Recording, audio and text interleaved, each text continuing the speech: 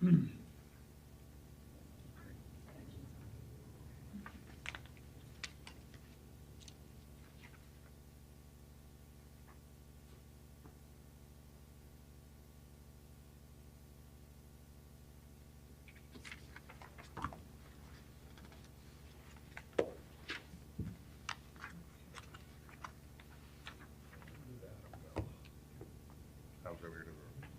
there it is.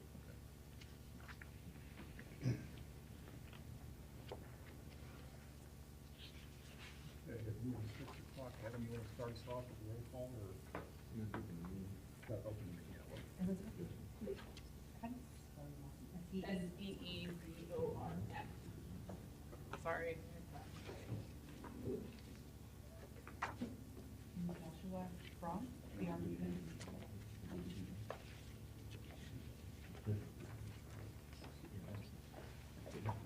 Make a motion to open the meeting. I second. And if you could do roll call.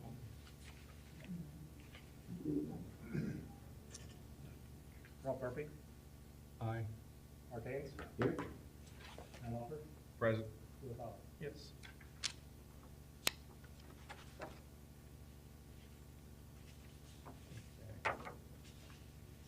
We have old business, it's listed as none. New business, somebody want to make a motion to approve the minutes of December 17th, 2024? I'll make a motion to approve the minutes From December 17th, 2024. Let's hear a second on that. Second. Okay. Let's vote on that. Murphy, Yes. Mark Haynes, Yes. Al Alford, Yes. Will Hall. Yes. Motion passed to accept the minutes. You want to summarize the order of the hearing? Do we need to do that? Sure, well, Okay. it's a pretty small Yeah. crowd tonight.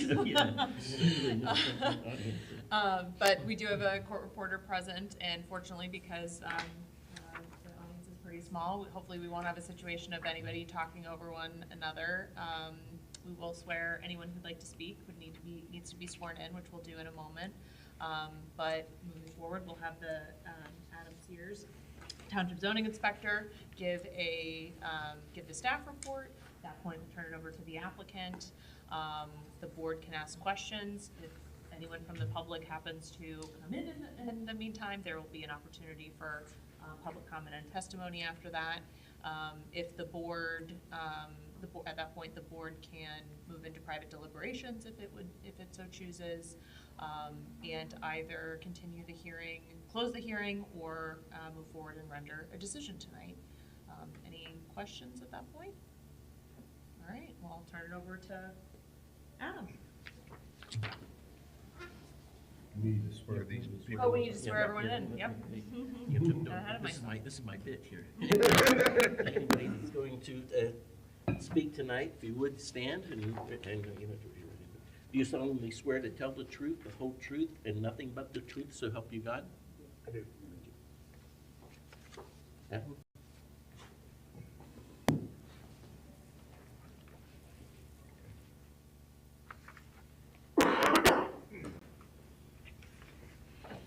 So the board will hit the hearing multiple applications at the same time for the same property. Property address is 5409 Woodville Court, Westerville, Ohio, 43081. To go back, I have been sworn in. The case number for the conditional use and the variance application that will be heard at the same time is CB 25-01 and B 25-01 for the variance. The request for the conditional use is to construct a 4-story apartment building, and the variance is to increase the maximum height of the building to 56 feet and the density to 26.4 units per acre. A little background on the property. The application site is 7.285 acres. It's located at the dead end of Apartment Drive. The lot is in an R24 suburban apartment residential district. The site lies in the Glen Gary Woods subdivision of the township and is currently a vacant lot. Surrounding land uses are as follows. To the north you have R8 restricted urban residential, but is parkland, Ridgewood Park owned by London Township. To the east, you have State Highway, you have I-270 to the south, and State Route 161 west interchange to the west of the property, or to the east of the property.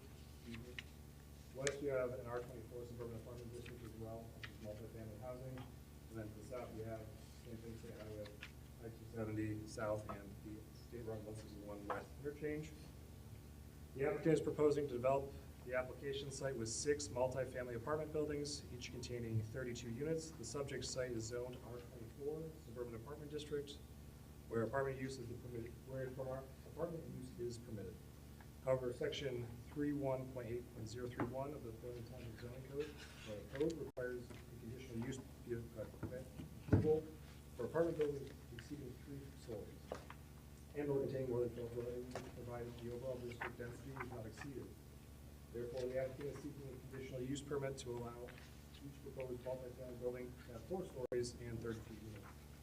In addition to the conditional use permit, the applicant is requesting 2 variances. One to increase the maximum building height from 38 feet to 56 feet, as required by section 318.45 of the code. And another to allow the density of 26 and 4/10, with 26.4 units per acre, rather than the 23 units per acre permitted under section 318.41 of the code. By increasing the building height and the unit count, the applicant can maximize open space and landscaping on the site while maintaining efficient land use. After my review, the applicant's request for a conditional use permit to construct a 4-story apartment building with 32 units per building could be permitted under section 318.031 of the London Township zoning code, which allows for apartment dwelling structures to exceed 3 stories or 12 units per building acre, providing the overall density to not exceed it. The proposed development is inconsistent with the surrounding land use, and the receipt of a conditional use permit would not be in compliance with the applicable development standards without yet receiving the variance for maximum building height and density. The project design itself may not be considered harmonious with the existing neighborhood character, as there are no other structures of this size and density in the immediate area. The proposed use would not negatively impact essential public services such as water, sewer, police, fire protection. The use is not in line with applicable area plans and policies supporting a balanced approach to residential growth with district density and building height being exceeded. The nature of the project and its design would likely have an adverse effect on the area, as such as excessive traffic, noise, and other nuisances that may not uphold the spirit and intent of the zoning resolution, because the proposed density and traffic issues currently present on Harbor Drive when turning onto Buenos Aires Boulevard. Regarding the variance request, the applicant is seeking to increase the maximum allowable density from 24 dwelling units per acre, as required by section 318.41, to 26 and 4/10 units per acre, and increase of 10%. Additionally, the applicant is requesting to increase the maximum allowable building height from 38 feet to 56 feet, an increase of 47.4%. While these variances are substantial, the applicant is asserting that they are intended to maximize open space and landscaping while maintaining a reasonable return on the property. The request does not adversely affect the delivery of governmental services, but the proposed height and density increases may have the potential to alter the essential character of the neighborhood. However, the applicant must demonstrate that the property cannot be developed feasibly under the existing zoning restrictions, and that the granting the variance aligns with the overall intent of the zoning code. So, for the conditional use, the following criteria for approval must be met. A, the proposed use is a conditional use of the zoning district and complies with all applicable development standards established in the zoning resolution. B, the proposed development is in accord with applicable plans and policies for the area. The proposed development will be in keeping with the existing land use character and physical development of the area. The land use is such nature and will be designed, constructed, operated, and maintained so as to be harmonious and appropriate to the existing and intended character of the general vicinity, and that such will not change the essential character of the same area.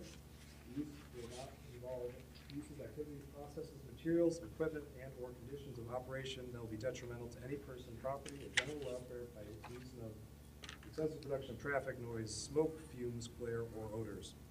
The use of the served the use will be served adequately by essential public facilities and services such as highways, street, police, fire protection, drainage structures, refuse removal, water, sewer, or that the person or agencies responsible for establishing of the proposed use shall be able to provide any such services adequately. Lastly, condition factors and or circumstances that the board deems relevant. For the variance criteria, whether the property in question will yield a reasonable return or whether there will be any beneficial use for the property without the variance, whether the variance is substantial, whether the character of the neighborhood will be adversely affected, or whether adjoining properties would suffer adverse impact as a result of the variance, whether the governmental services, for example, sewer, water, and garbage, whether the property owner purchased the property with knowledge of the zoning restrictions, whether the property owner's predicament feasibly could be obviated through some other method other than a variance, and lastly, whether the spirit and intent behind the zoning requirement would be observed and substantial justice done of granting a variance. Summary, the applicant is requesting a conditional use permit and 2 variances to allow for the development of 6 four-story multifamily apartment buildings, each containing 32 units. While the R24 district permits multifamily use, section 318.031 of the Blended Township Zoning Code requires approval of a conditional use for structures exceeding 3 stories or containing more than 12 dwelling units, so long as the district overall density is not exceeded. Additionally, the applicant is seeking a variance to increase the maximum building height from 38 feet to 56 feet, which is an increase of 47.4%, and the increase of the maximum density from 24 units to 26.4 units, an increase of 10%, as outlined in sections 3.81.41 and 318.45 of the code. The applicant is claiming that the increased height and density will allow for greater open space and landscaping on the site. The board must weigh and balance the criteria for both the conditional use and the variance to determine whether the applicant has demonstrated that the applicant of the zoning requirements would create an undue hardship and that the proposed development would not adversely affect or impact neighboring properties, public services, and aligns with the spirit and intent of the zoning. Thank you. Does the board have any questions? Did you, I requested a, look into the police calls in that neighborhood and everything in the last, and did you find anything? I reached out to our police department and inquired about the number of runs that they had to Harbin Drive. It was about approximately 100 runs in 2024. Okay, thank you. Being a former block watch coordinator in this neighborhood for 30+ years or whatever, I would routinely get reports from the police department about the different addresses and things like that, and I was just wondering, I knew that Harbin Drive had a lot of calls over the years, so hopefully that the people that will be moving into these apartment complexes with blue will be nicer people. Okay, thanks, Adam. I have some questions. Like, are there other 4-story apartment buildings in the township which are like? I mean, you can also answer me afterwards. Yeah, as far as I'm aware, there aren't any 4-story apartment complexes. I'm aware of a 3-story. But not 4. Do you know how many 3 stories we have? Roughly, I mean, like you can say like more than 2. There's only one I can think of off the top of my head. Okay. No, Executive Drive. Yeah. Do they like meet the 12-unit restriction? I'm not sure if the other apartment complex does. I know they've submitted applications in the past, and they went in as a different use than what they are currently as an apartment building. So I'd have to look into that application and look back to that application to know for sure.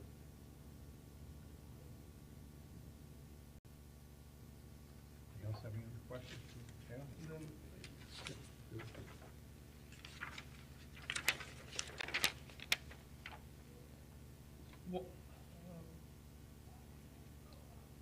what is the retention basin in the plan, if you know? Like, That's for water runoff and drainage for the property. As far as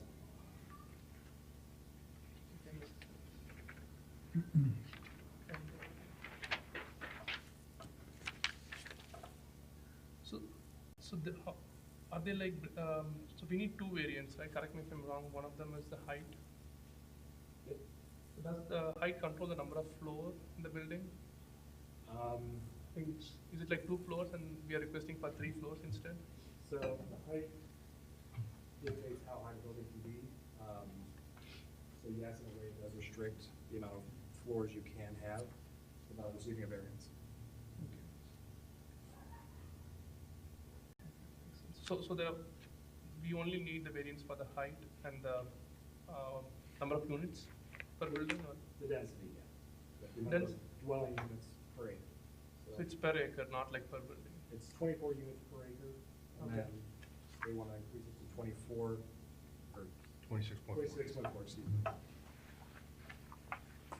Is there a code for like only 12 units per, or we can have only 12 units per building?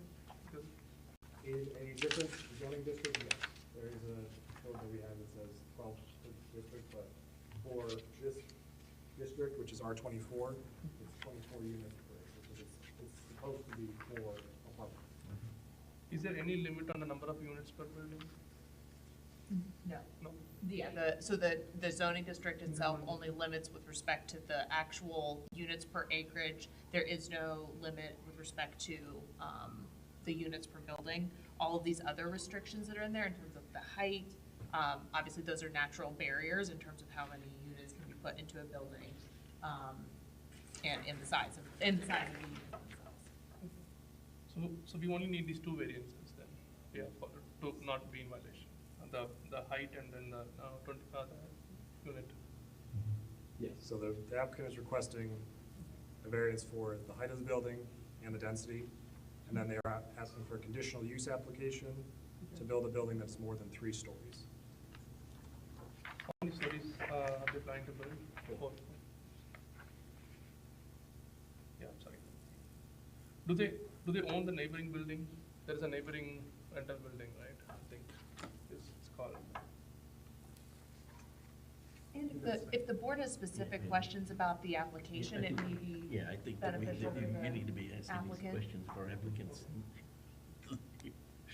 I meant to ask the 7 acres, does it include any other neighboring properties for the 7 acre limit?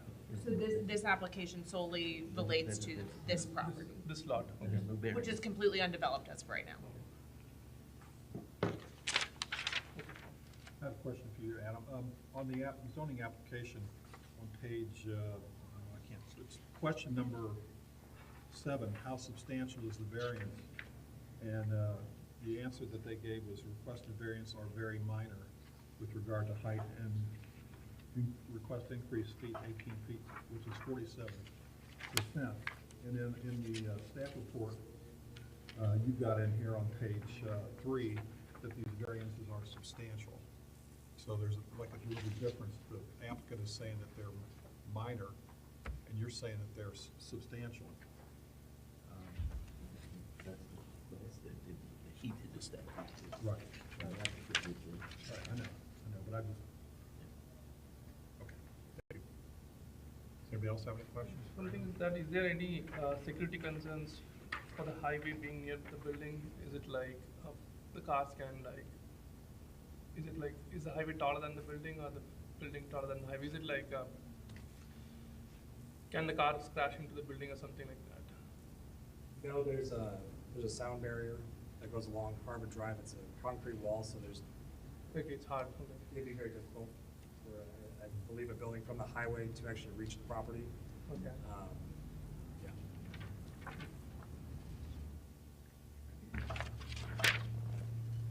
Yeah, that's fine. If the board has additional questions about the application, right? Yes. Yes. Maybe we can bring Adam back. And yeah, if you've got questions about the zoning resolution, we can bring Adam back. Sure. Thanks, Adam. Thank you, Adam. You want to hear from the applicants then? Go ahead. Hi, good evening. My name is Elizabeth Seedorf. I'm an attorney at the Voorhees Law Firm, and our address is 52 East Gay Street here in Columbus, Ohio. Thanks for the opportunity to speak with you all tonight. I'm joined by Dr. Braun on behalf of the applicant, and he'll be able to answer your questions as well. So Adam already went through a lot of the background on the property and the existing kind of conditions and our conditional use and our variances that we're asking for. So I'm not gonna reiterate those things, but I do wanna kind of walk through a couple of items. So with respect to how the proposed development relates to the existing and probable future land use and character of the area, this site is next to an existing apartment community, which the applicant also owns, which is zoned R24. And then we have the 161 interchange to the south and west. And then there's a pretty significant buffer of existing trees, and then there's some single-family houses to the north. So it's a pretty isolated parcel. And so this is the proposed development, we think is consistent with the development patterns that are in the area, and that we're. Which area are you asking? Because within Blenheim Township, it doesn't seem to be consistent. Well, and again, which I'll get to in a minute, we think that this is consistent with the growing need for housing in the area. And so in responsive to the need for housing in Blenheim Township, more specifically. So that's what I'm referring to. Okay. With that. Oh, yeah, and the strawberry farm to the south is not part of Blenheim Township. Correct. Yeah. So that's another apartment complex, but yeah, it's something similar in the area, but not within Blenheim Township. Understanding that. So at this point, the reason why we're asking for just the conditional use and then the two variances is that we are at the stage where we would like to understand whether or not, before we move into more extensive engineering, whether there is an appetite for this type of development. And so we're asking for these things as a threshold matter so we can determine if we need to move forward with that more extensive engineering. And so we're really committing to just the conditional use and then the variances that we're asking for at this point. But once we get further into the process, we'll come back with elevations and things like that if we need more additional variances. And so the conditional use we think won't be hazardous or disturbing to the neighboring properties. Again, the applicant owns the property to the west, and then there's the highway to the south, and then some pretty dense vegetation before you get to the neighbors to the north. And so again, with the rapid increase in population in this area, we think that this development addresses the growing need for more housing.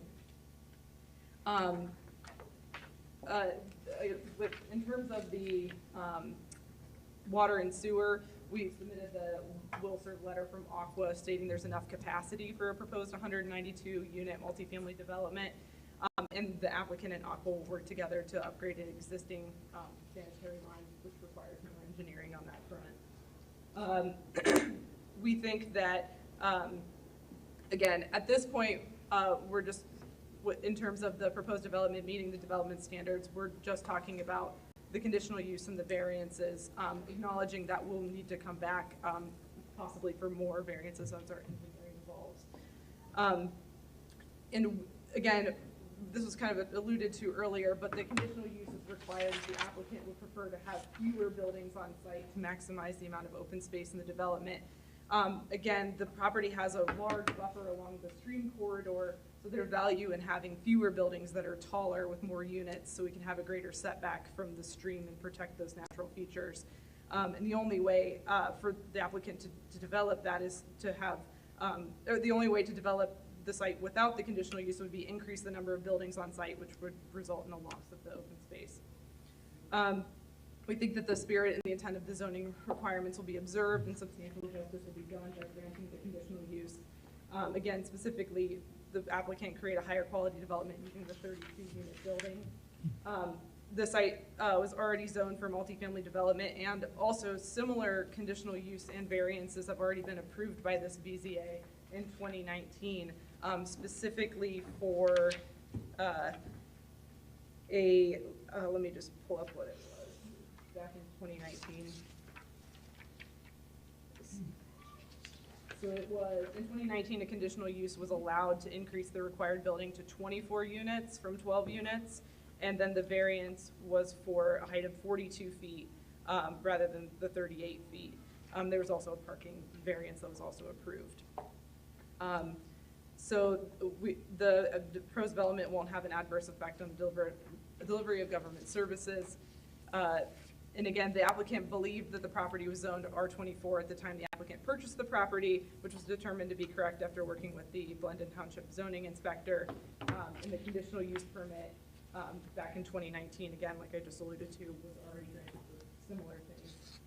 And so in turning to the variances, again, we are asking for 2 variances to permit a building height of 56 feet rather than 38 feet.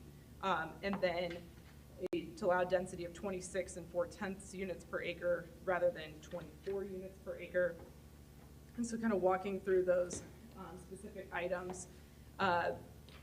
With respect to special conditions and circumstances applying to this property that don't generally apply to other properties in the same zoning district.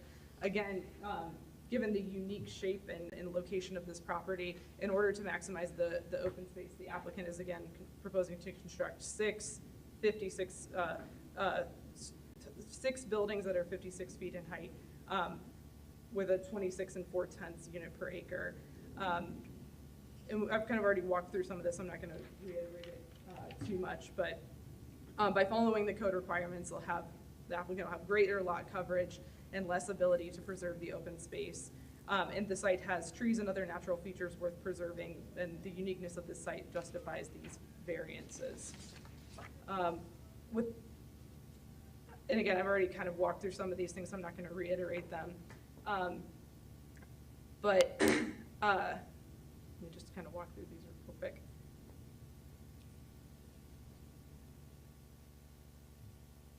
So without the, in terms of the minor, the thing that was brought up earlier, the requested variances are minor with regard to the height.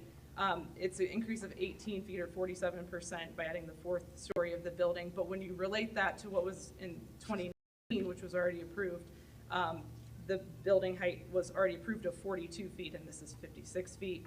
And then Was that your client's other property? I'm not familiar with that one, I'm sorry. so this on this exact same parcel. So it was already approved to 42 feet? Yes. Right. Mm-hmm. Okay. Yep.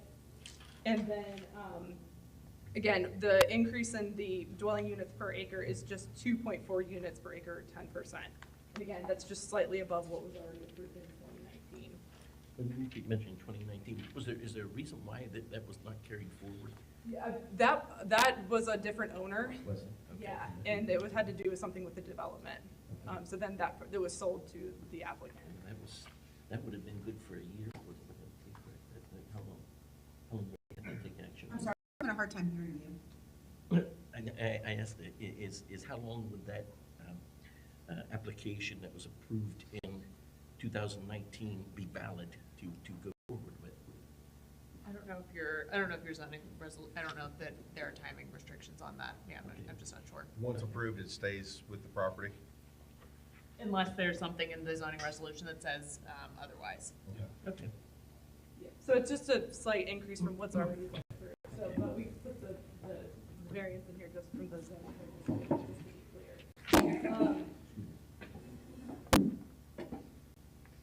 Just trying to make sure I don't reiterate things I've already said here. Yeah, and so just to wrap up, and again, I don't want to reiterate a bunch of things we've already said, but the site is already zoned for multifamily development. The requested variances are allowing the applicant to create the highest quality project, by incorporating the open space and high quality building materials, and we believe that this meets the spirit and intent behind the zoning code. We're happy to answer any questions you might have.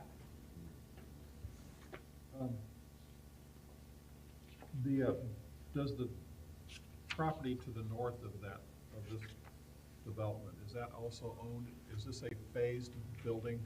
Like this is phase 1 of the building, and then we're going to build on more units? Not that I'm aware of. Do you want to come up here too and introduce? No, so this is just specifically this 7 and change acre property that, like I said, above that north property line is like really significantly dense woods. Right. And then there are single family residences to the north of Right. that. Yeah, but that's a separate lot according to the map that we see here. And I think he's just asking, does he own that too? Oh, do you, yeah, yeah. Somebody else does? That's the park, I do believe. It's a Blendon Township Park. Yes, to the Bridgewood north Park. of this Of property. all that, okay. Okay. So you said that you're maintaining the open space, but according to this drawing here that was provided, it's asphalt parking lots, and the only greenery that's gonna be capped is on the cliff and what borders the park, correct?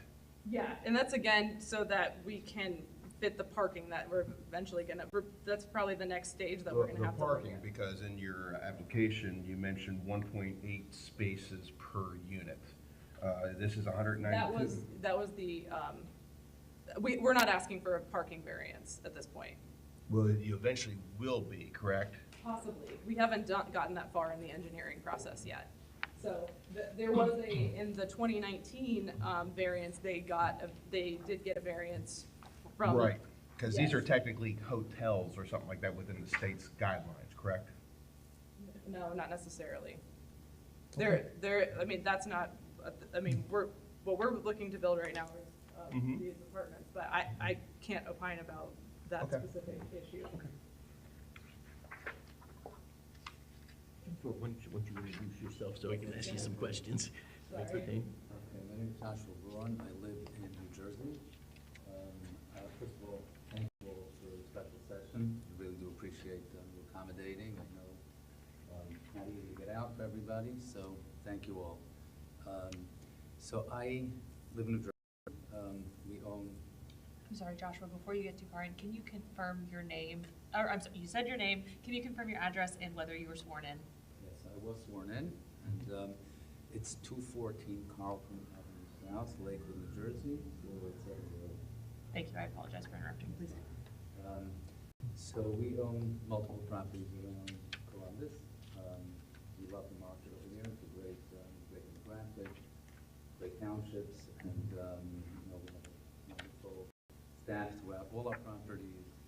Many contractors local that we patronize, and we have a great working relationship with many of Blendon and then quite a few other townships here. So that's just as an introduction. We do own the property next door, which is Townhome at Blendon. It's 214 units. Since we took over the property, which I believe was about 3 years ago, the demographic continues to get better and better. We have very, I don't believe, and you mentioned there were 100 calls to the property. I don't believe any of them, or possibly, were to our property. I think there are others next door, but our demographic is really wonderful, and we don't have any issues whatsoever. I mean, possible a few, but anyway, we see the tremendous need for additional apartments.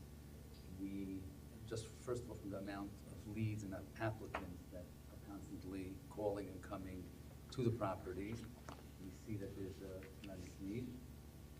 One of the reasons that we purchased the property was because, we recognized the need of additional housing that was needed here.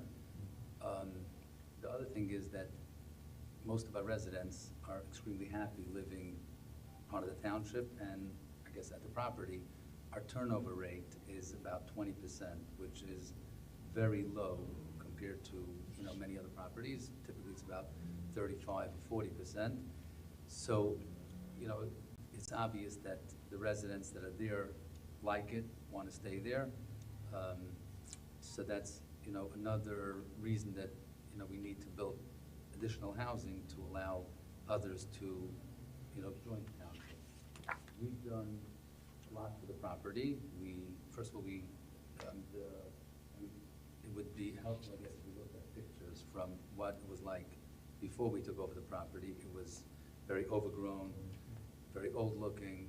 We came in, we painted all the buildings, we redid many of the roofs, we redid all the landscaping. It's a beautiful property. We redid many of the units, upgraded them, upgraded a lot of the systems, HVAC, water heaters. There's literally no deferred maintenance at the property, parking lots, and we put in a beautiful playground, a pergola, filling station, dog park. We did a lot to the space. We have a beautiful pool and upkeep everything extremely well. And we pride ourselves in not having any deferred maintenance or any violations. I don't believe we ever had, but we try to take care of our residents and the property to the best of our ability. And obviously, we would do the same, here with the new property. You said that you have multiple properties. Are any of your properties this a prototype of what this would look like, or what you imagine it's going to look like? So the truth is, no, most of our properties are townhomes. Almost everything we own is townhomes. So townhomes are 2 floors. So that's 90% of what we own are townhomes. What is your anticipation of 32 units? Are they composed of 2-bedroom, 1-bedroom studios? What is It it? would probably likely be 1 or 2 bedrooms, Okay. no 3 bedrooms, and obviously no townhomes, but 1 and 2s. Okay, so the 2 bedrooms, you'd have husband, wife, or whatever. You'd have maybe 2 or 3 or 4 people living there, and you have 1.8 parking spaces per unit allocated. That is with, if they didn't have, doing the math, Right. that would be if they had 3-story units, 3-story buildings, 4-story buildings. More. You would need more parking spaces. My only concern is, and I remember going through this in 2019, is the amount of traffic coming out on Harbin and trying to turn left to get onto 161 and go to Easton or New Albany or whatever they wanted to go. And the number of accidents there is some fatalities right there at that intersection. And it's just, it's troubling to me. And there's no other way. That's what I was asking about the number of units. Is it 260 parking places? Yes, Okay, all right. with the proposed drawing that you've provided right now. Yes, but again, it might change as we go through more significant engineering. This is just for conceptual purposes at this Okay. point. Other than that, a parking garage, I don't see where you might be able to add more parking spots. Well, again, we'll definitely, that's definitely part of the next step. But this point today is just to determine if this is even feasible before we go down an expensive rabbit hole. You mentioned aqua water, being able to, again, without too much engineering involved, supply water to the 192 units. Swimming pool. Is there going to be fire hydrants around this property? Do you know? But assume whatever the building code. And with sprinkler in the buildings, would that be sufficient enough for the life safety? I know we're getting way ahead of ourselves, I'm just asking, because I don't want to see this go down, well, we had a variance, and then trying to eliminate a lot of troubles down the line. Oh, yeah, and we're sensitive to that too. And again, at this point, Aqua has, what they've told us. I spoke to Aqua. I mean, they supply the water to our property. And they said that will not be a problem. So I guess they anticipate what. Well, in the document, the letter, and I never seen this guy added a sentence to it. It said something about the main line may need replaced. He said we might need to replace a portion of the water main line, which. Is that on this property or wherever the water treatment plant is? Water to this property, the main line, they weren't sure, but they said it might need. Was it the main supply line or the main sanitary line? I can't remember what it was said. I think it was a sewer. Yeah, it was probably would be in This- the. this- I think it was the sanitary. Is anybody where the waste treatment, the aqua waste treatment facility is? Across Buenos Aires, I do believe. Past the church.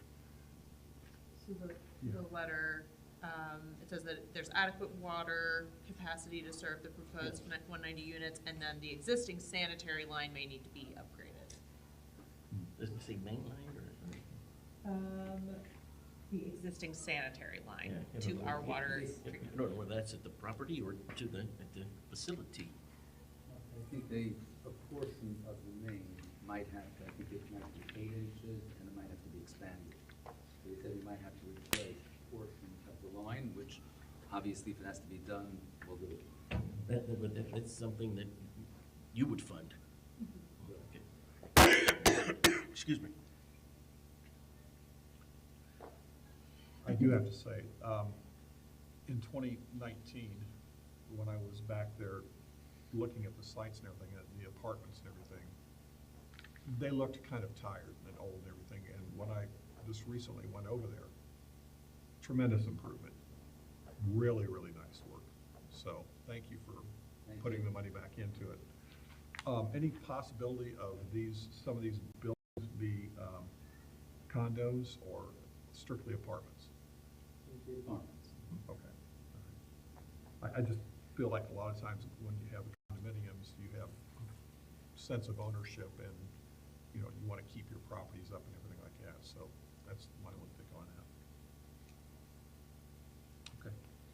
Well, back to the property, there's a stream, and I didn't go out to the property, but that seems to separate, you know, when you look at it, it's coming down almost on the property line.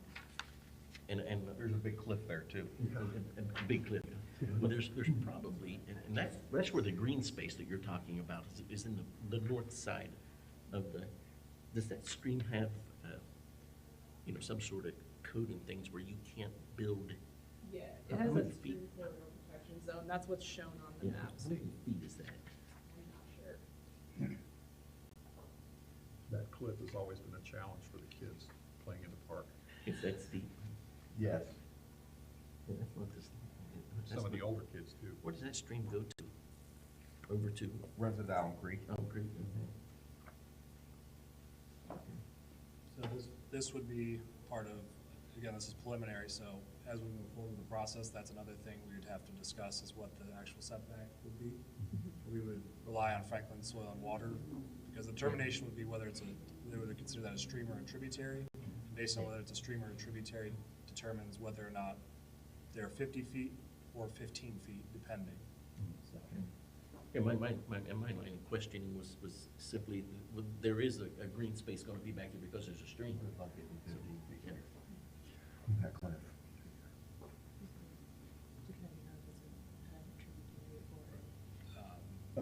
You're planning on building on this site either way, correct? All right. So you've been building townhomes, right? Why change to apartments for this one? So honestly, I have not built the first existing townhomes. This is the first project that I purchased, land, and the reason why I did it was because it came up, it was next door, and you have to pass our property to get to this. I wasn't sure who would end up buying it and how that would affect our existing property, and I didn't want to have an adverse effect. Now, I know what we want to do to the property, how we want to, what we can do to enhance the township and the property. And I wanted to make sure that the enhancement would be there as well, and not something adverse would be built there.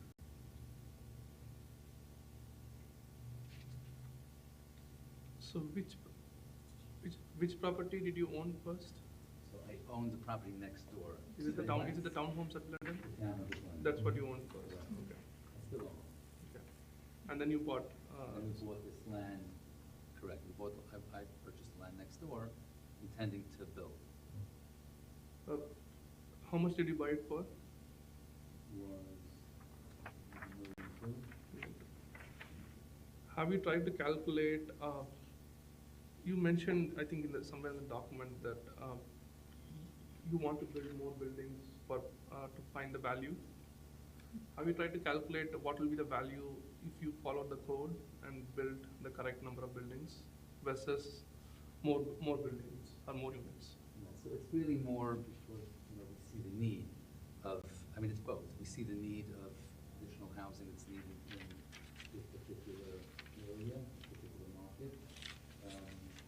And obviously, if you build more, it helps ease the burden, it's spread over additional units. The cost of building went up tremendously. tremendously, so, you know, so that, it went up a lot. Excuse me. Do you think whether it can be reasonably profitable for you to follow the code and build according to the code or not? I don't.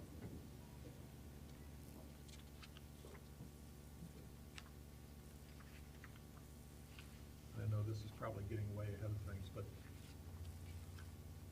a 4-story building, you anticipating elevators in the building, or? We would do whatever's according to code, whatever, you know, whatever code is. Code is that 4 stories meeting elevator. Obviously, we would do that. My recollection, and so that would be a building code Right. issue, but my recollection is for building code, I think if you get above 3, you might have to have an elevator. Because that's why, and I think that those 3-story apartment concepts where like the external stairways, you know, It's an they're kind of like open breezeway open. with a Yep, stairway, Yep, yeah. open breezeway. I think that's one of the ways that obviously elevators are very expensive. And my recollection is that's a way to. And the maintaining. And maintaining, absolutely, a way to get around, not having to put in an elevator, so. Well, being from New Jersey, though, I'm sure there's probably more than 4-story buildings there that don't have elevators. But that would be old. I don't believe, you know, in today's building code, you could do that. Okay, thank you. As an old guy, I appreciate elevators, I really do. So is this your first building ever, or have you built something before? No, this would be the first. I mean, obviously, I wouldn't build it. I would Yeah. hire engineers Yeah. and, you know, construction and all that. So, Ralph mentioned earlier with the traffic at Harbin and Buenos Aires and 161, that interchange it can be deadly at times. And again, it's just a suggestion, whatnot. Would you look into to help keep the traffic at a minimum on there at least while the construction is going on? Maybe talking to ODOT to get some sort of easeway for construction traffic in and out of there of the ramp onto 161? Would be a wonderful idea. That would help out with the people that live inside the neighborhood, because of either you're taking that hairpin turn, trying to turn in there, or you're coming through the neighborhood, and there's a lot of school children and everything walking up and down those streets, so, Yeah, that would be a great idea if that could work. okay. I think one of the things in 2019, when we approved that, is there was some concern about the height of the sound barrier there on that corner, because of the visibility of trying to get out. And I think we had that, ODOT had a couple panels taken out so that you could see a little bit better turning left out of there. So hopefully ODOT is still willing to work with us on that, so. I mean, I don't live here, so I can't comment on, you know, the traffic all the time, but I'm here quite often, once every couple of weeks for the last number of years. I don't remember accidents. Possibly they I guess prior to 5 years plus. I don't know. At this at Harbin Drive where it comes into 161, but I never had an issue making that turn. There's not that many cars. People come and go at different times typically. So In the mornings when people are going to work and coming home from work, yeah. that would be, they're gonna be a little worse. And then you throw a school bus or two in there, and it makes it very interesting. Do you know if there's any CODA service down Harbin? It's not the any. The public transportation code of buses. I know where for them to turn around. Well, it might be the ride share too, the smaller buses, Central Ohio Transit Authority. Okay, just a question. Thank you.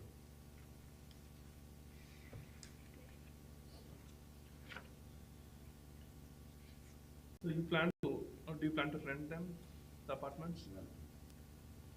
Do you plan to have one car park per apartment, or more Yes, than? it would be between 1 and 2. Not every family has 2. Some have 2 and some have 1, and that's where we would get somewhere between 1 and 2.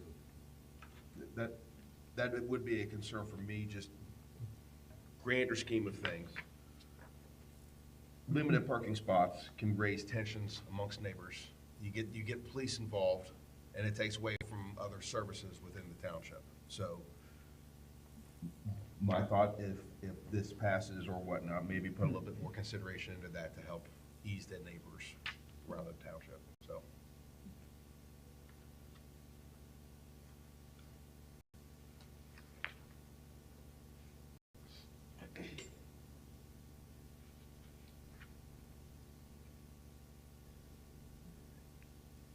If nobody else. Do you know what percentage of homes are occupied currently? Do you know what percentage of the homes are occupied in the townhomes currently? By us, it's 97.7. That's your occupancy rate? Outstanding. We want, I mean, we really, when we took it over, it was not at that number. It was pretty much, you know, high 80s, low 90s, but for the last while, it's 98%, and it's very hard to get to 100% because you always have people Sure. moving out, people moving in, and but we're up. Do you know what is the average water bill per month for the townhomes? And do you know what is the average rent for the townhomes? We're at about 1,300. And how much do you plan to have these apartments be rented for? I guess it would be probably a little bit more because it's newer, but then it's not townhomes, so it's apartments, so. You know, we don't dictate the pricing. I think the market dictates pricing to us. So it's really, you know, depending on everything else that goes on out there. I mean, if it's more, if it's less, really depends on supply and demand. And, you know, you could think you're going to get more or less. If the supply and demand dictates otherwise, then that's what it's going to be. So it's. What kind of background checks do you do or do you plan to do for the renters? Kind of. Background checks or like vetting or qualifications? So, I mean, we have something, our current system that we have is extremely, you know, we vet them very well. At this property, I don't believe we have, I mean, eviction, you know, possibly once every couple of months, we have one person that is evicted. We really have a great demographic. We don't have, I don't remember having any, you know, trouble tenants at the property in terms of anything, crime or anything like that. So we vet our you know, residents throughout our properties very well, and we have a great demographic. Just so it's on the record, and I know that the board's aware of this, but just so that way it's clear, obviously, that a lot of these questions regarding to the townhomes, you know, the townhome's not the application in front of you.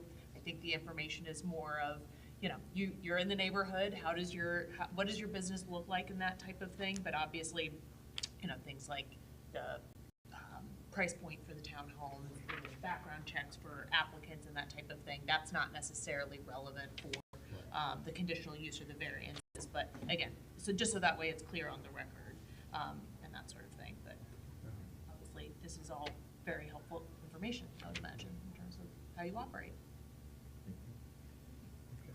Do we want to, One question before we go back.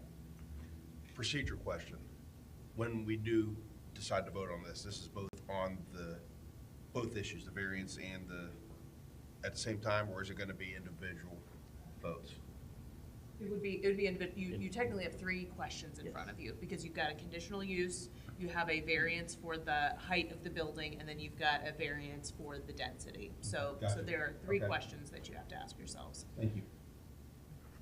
One procedural question sent, I've got a couple, questions if the board does not mind, I guess, does the board have any, You're the expert. additional, well, but you're the subject matter. Yes. I'm just talking form and function. So in terms of, you'd mentioned a couple times that this is kind of a fact-gathering situation, and it makes sense that, you know, a temperature check of, look, is this viable before moving forward?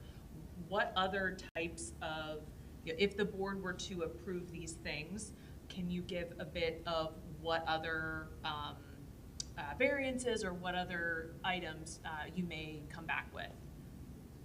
I don't believe, I mean, I don't believe there's anything else that we need. Yeah, we'd have to like do some, I mean, we'd have to look at the parking and then maybe the configurations of the buildings and see if there's other ways that we could, maybe we would have to get variances, maybe we wouldn't. But this, again, this is just preliminary, just to show kind of this is what could be. But once if we can get approval for the height and the density, then we can do more extensive engineering, then we can come back with elevations and things like that, just get more information from an engineering perspective, which may or may not yield additional variances. We just don't know at this point.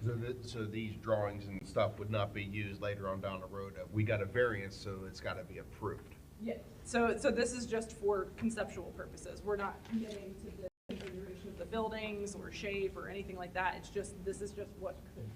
Okay. But this is, you know, if we say, yeah, we can have 192 units, we can have this many buildings at this height, then we can do some more extensive engineering to figure out if there are additional variances or ways we can move the buildings around to get more parking or things like that. Maybe we don't need them, but Okay. that's where it's just a threshold step. But I before we would go imagine further. the only thing that might come under consideration would be additional variance for parking, depending on how many spots we need. And we would obviously configure the buildings in a way that to maximize, you mentioned additional parking spots and green space. So, Mm-hmm. you know, it would be, we both have the same, you know, the same goal in mind. We want to have a beautiful property. We want people that come to the property to who are living at the property. You know, we want to give them proper amenities. We want to give them green space. So that's what we try to do, is to make it a more appealable property and living experience for the residents that live here. So, just to be clear, if variance and I can't remember the name of the CU, Conditional use. thank Yeah. you, appreciate that, is approved, it's not necessarily the option or the way you're going to go. You're just opening up more options for a concept. Yeah, you can always do less. So if you know, if we get approved for 4 floors, we can always build a 3 floor. We can Okay. build, you know, I- what's already been approved. Just making sure we're all on the same page. Yeah, for sure. Thank you. So what if the variance is not approved? What do you plan to do with the property? So obviously, we'll try to figure out how to, if, you know, how to build less and still make it you know, feasible and affordable. But we feel like this would be, 192 would probably be the max based on that, and if that's approved, great. We'll figure out how to, you know, locate the buildings to maximize, as I mentioned. And if not, we'll try to figure out how to, you know, scale back a little bit and maximize it in other ways.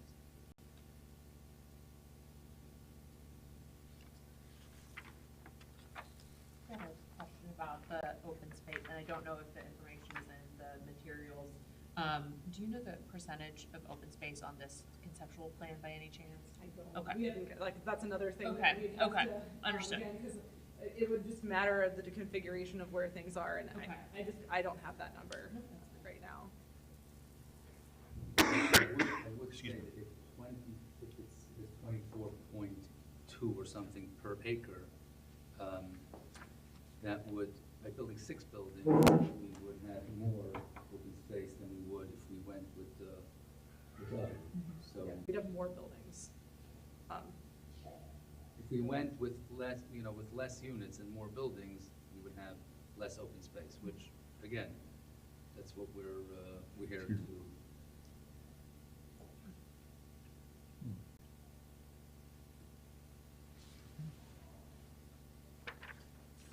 Do you plan to, I mean, do you plan to reduce like, you know, like the noise complaints between the floors by any way, like between the ceiling or the?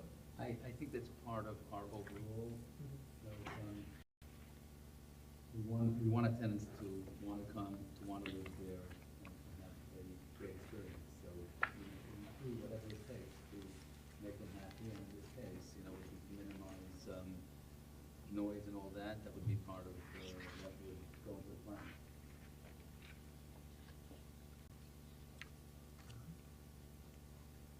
Does anybody have any other questions before we we want to go back into executive session for a bit, discuss this.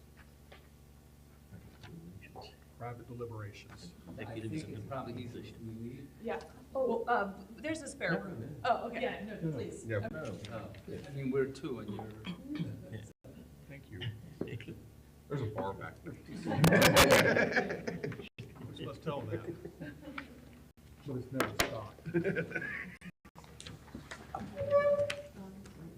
A motion. A motion for private deliberations. I make a motion for private deliberations. Paul Harvey, Aye. Mark Haynes, Right. Jimmy Walker, Aye. Chris Holland. Thank you. Going off the record, about, what is it, 7:01? I wish I could, I don't know about the vending situation.